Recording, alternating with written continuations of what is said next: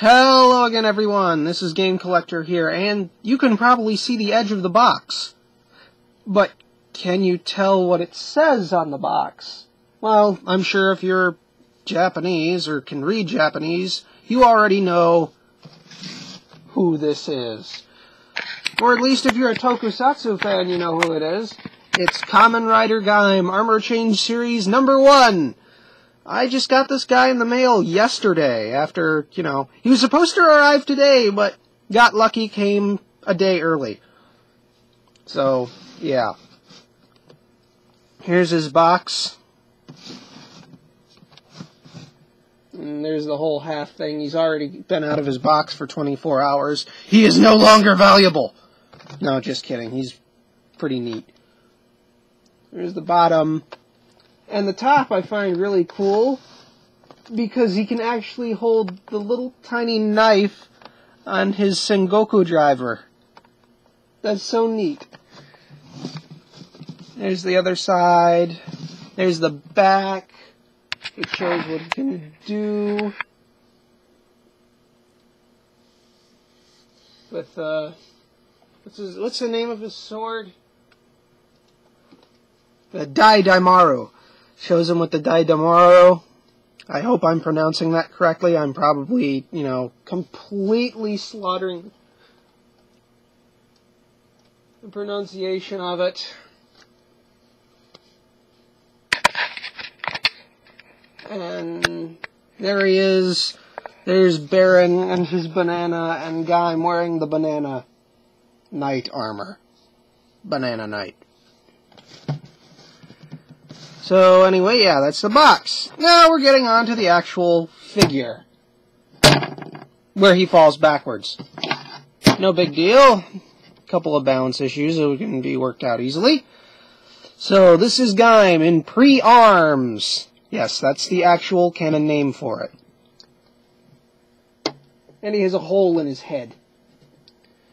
And that would be for the purpose of wearing the helmet that is inside the orange, or when you get it out of the box, it is outside the orange. All of the little helmets have a little, it's solid plastic. When I saw some early reviews for these, I thought the little orange in the middle was like a thin slip of, what is that, film? I thought it was a thin sheet of film, something colored to go in, and it would, catch the light and glow or something. No, it's a solid molded part of the helmet. It's just painted and textured to look different. Here is the orange.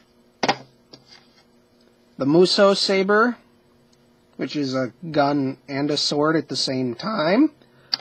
And here's the Daimaru, which is a giant slice of orange. Now, outside of his arms mode, he can orange arms or whatever arms you can equip him with. He has a hinge shoulder. He can't go all the way out because of the molding there. He has an elbow, bicep swivel, wrist swivel. His index and middle fingers can move like this, as can his pinky and ring finger, so he can hold stuff. The little clip for the Muso saber can be removed very easily, but it clips on just as tight. But you cannot move the lock seed holder. I think that's molded in. Yeah, it's molded on, so his right leg actually has less... Yeah, his right leg has more troubles than his left. No, there are no ball joints on him, except in the head. He has a ball-jointed head. So, his knee is on a swivel hinge, and thigh swivel, knee hinge, and a ball joint in the foot. So he can do that toe tapping action. So now with that all out of the way, First thing we're going to do is put the little clip for the Muso Saber back on, which can actually be maneuvered up and down, or side to side, upside down, and so forth. So, put him there. Take this little helmet. Open the orange, and right there, that little peg between the two screws, pegs in there. I've seen someone do this completely wrong and just completely leave the helmet out, slide it on, and then put the helmet on last. No, that is not how you do it. But speaking of how to do things, fold the back piece up first, then the sides, make sure they peg in, and then fold up the front piece, set that there. And let's see how well he can hold his Muso Saber. And he actually holds his weapons pretty tightly, because the hands are... This particular body has kind of been the go-to body since Kamen Rider Decade. And I do have the end. I don't have any of the other ones, but this is the general shape that they have. Okay, so he doesn't hold it perfectly, he holds it better. I'll just put the Muso Saber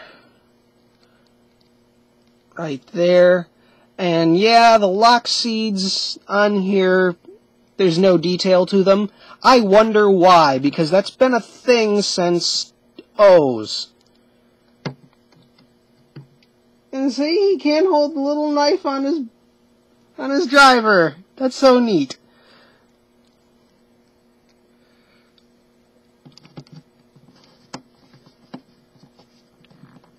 I really wish I could use some sounds here, but sadly I can't afford a driver. So here he is.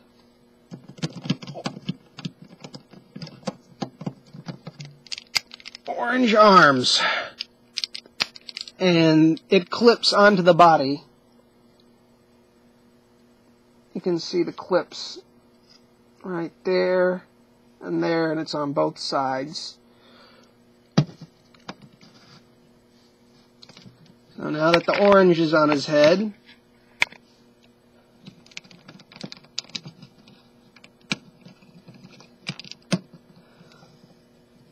and they just all fold away nicely. And now it's Gaim Orange Arms in the spotlight on stage. And there he is with the Daidamaru. Again, I hope I'm pronouncing that correctly.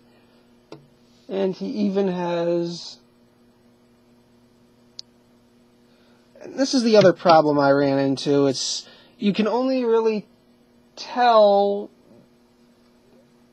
that there's orange in there if you have him in the light properly. And if you turn him sideways, it's still completely transparent. So, yeah.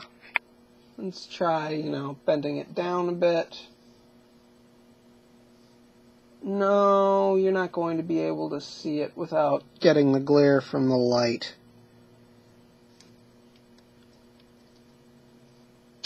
I'm sorry, guys. So, yeah, there's that. And he can either dual wield his weapons,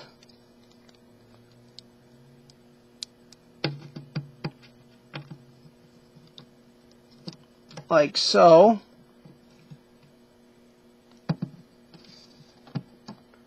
or you can take the Daidamaru, turn it backwards, and yes, there are these two little notches on the back end of the Muso Saber, and there are two, probably can't see them, there are two little raised pegs on the inside of the Daidamaru's hilt. And there!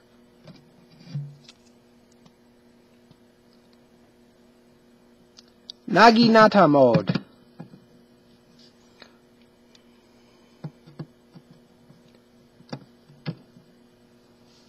Right there.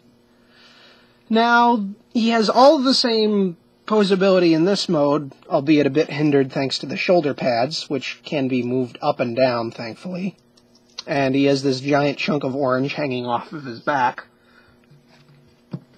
But other than that, the only real complaint I have, there's no place to store his weapon in his Daidaimaru or any of the other fruit weapons in pre-arms. You can't store them in the fruit, which I am disappointed.